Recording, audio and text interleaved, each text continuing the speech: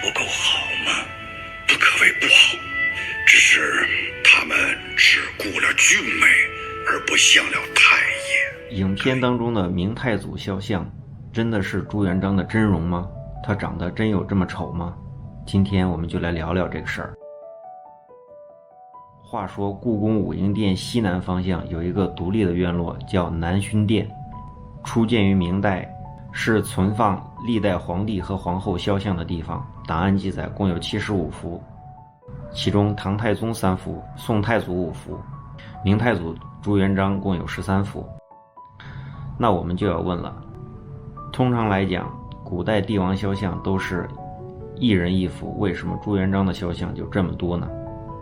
我们暂且不提数量，更让人惊讶的是，画像中竟然有2个完全不同的朱元璋。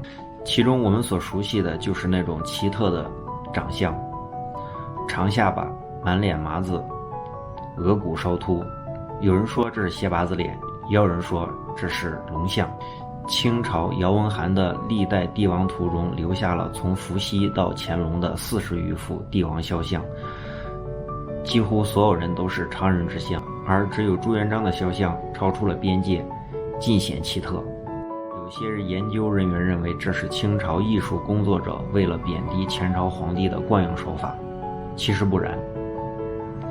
这种画像并不是清朝人的首创，因为这种画像在明朝就有，并且被存放在南薰殿中，可见朱元璋及其子孙并不排斥这样的肖像。那么他们到底是怎么想的呢？有2种说法。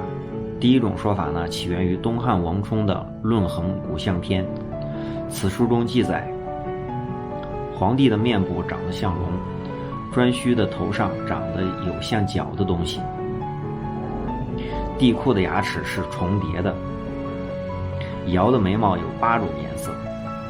可见在古人的意识当中，但凡帝王或者是圣贤之人，都应该是天生奇异。那么朱元璋的画像算是奇异了吧？另外一种说法起源于朱元璋本身的性格，他一生勤于政事，在位期间创设了许多制度和典章，为明朝300多年的基业打下了基础。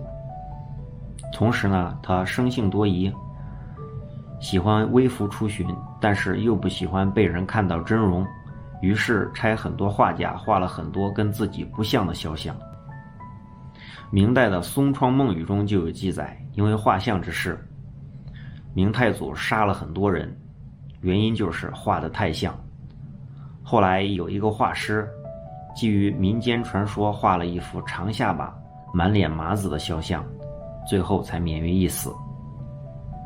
除去以上的怪异版本，南薰殿中还保留了另外一个版本的朱元璋画像。如果不是注有明太祖3个字，或许很少有人能看出这个温文尔雅、五官端正且身材魁梧的画像竟然也是朱元璋。但是如果把这个温和的肖像就定为朱元璋的真容，也不太符合事实逻辑。原因是在古代帝王肖像当中，美化也是常有的事儿。幸好朱元璋的儿子朱棣和孙子朱高炽也分别留下了各自的帝王肖像，从这2个人的形象可以看出，也应该不是长有长下巴的人的后代，除非整个朱氏家族的帝王肖像全都是杜撰的。那么朱元璋长得到底是丑还是不丑呢？似乎人们更愿意相信朱元璋有着一副奇异的长相，而且朱元璋及其后继者也都放任了这样的猜想。作为现代人，我想我们姑且也就这么认为吧。喜欢我的视频可以关注我，谢谢。